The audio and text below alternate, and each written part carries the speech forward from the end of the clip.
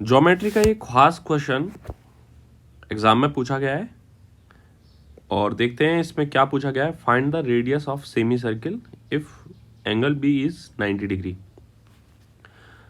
अगर ये angle B 90 degree हमें दिया हुआ है तो हमसे इस सेमी सर्किल की रेडियस पूछ रहा है जिसका सेंटर कहीं ए बी पर हमें दिख रहा है। सेमी सर्किल है क्योंकि तो सेंटर ए बी पर ही दिखेगा, तो मैं ये सेमी सर्किल का सेंटर मान रहा हूँ। तो यहाँ से मैं जैसे ही इस पॉइंट को मिलाऊंगा तो आप जानते हो कि ये रेडियस है और ये एक तरीके से टेंजेंट बनेगी, यहाँ टेंजेंट बनेगी, यहाँ टेंजेंट बनेगी, तो इनके बीच जो बनने वाला एंगल है ये भी हमारे पास 90 डिग्री होगा। तो अगर अब हम ध्यान से देखें तो इस ट्रायंगल में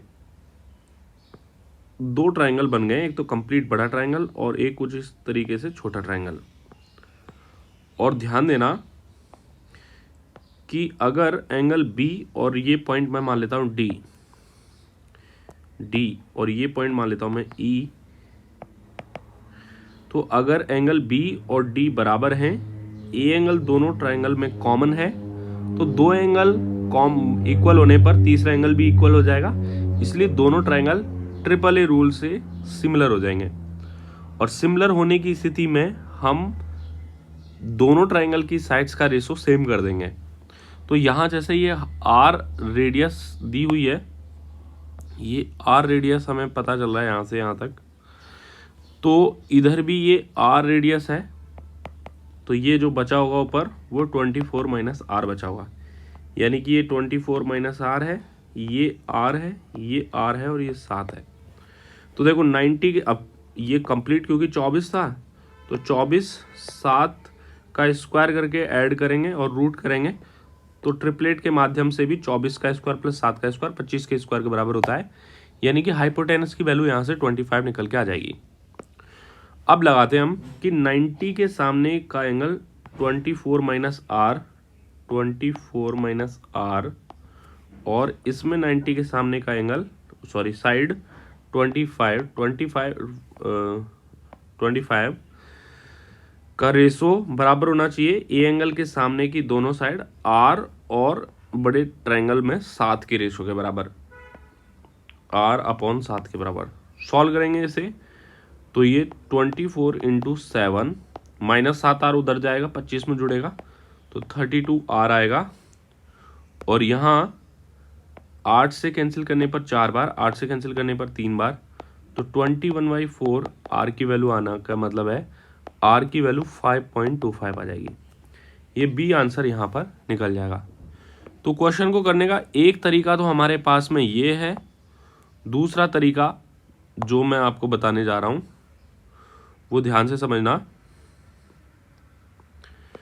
अगर मैं इस ट्रायंगल में इधर इसकी मिरर इमेज बना दूं तो देखो कुछ ऐसे बनेगी मिरर इमेज, और इसको आगे बढ़ाने पर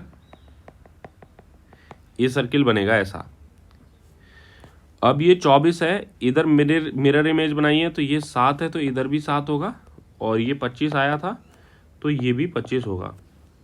ध्यान देना कभी भी किसी भी ट्रायंगल में अगर हम त्रिभुज की साइड्स को टच करते हुए एक सर्किल बनाते हैं अंदर, तो इसे हम इन सर्किल कहते हैं, और इन सर्किल का जो रेडियस होता है वो होता है डेल्टा अपॉन एस, जहां डेल्टा एरिया को रिप्रेजेंट करता है और एस होता है सेमी पेरीमीटर। तो यहां से देखते हैं हम आर की वैल्यू आनी है डेल्टा, यानी कि हाफ इंटू में बेस। अब बेस हो जाएगा यहाँ 14 और हाइट है यहाँ पर 24। ये हाइट बनेगी क्योंकि ये एक स्पर्श रेखा है, ये एक रेडियस है, तो रेडियस और टेंजेंट के बीच में 90 डिग्री का एंगल होगा, तो ये ऑटोमेटिकली हाइट दिखेगी अपॉन सेमी पेरीमीटर, यानी कि 25 प्लस 25 प्लस 14 का आधा, 50 प्लस 14 64 का आधा, 32 वैल्यू निकल के आनी है। 2 से कैंसिल होगा ये 7 बार, और यहाँ 8 से 4 बार, 8 से 3 बार, तो वही बात आनी है 21/4 यानी कि 5.25 सेंटीमीटर आंसर निकल के आ जाएगा, जो कि बी ऑप्शन है। ये दो तरीके होते हैं इस क्वेश्चन को सॉल्व करने के, तो आप इसको ध्यान से देखें, समझें और देखें कि कॉन्सेप्ट क्या क्या हो सकते हैं। धन्यवाद।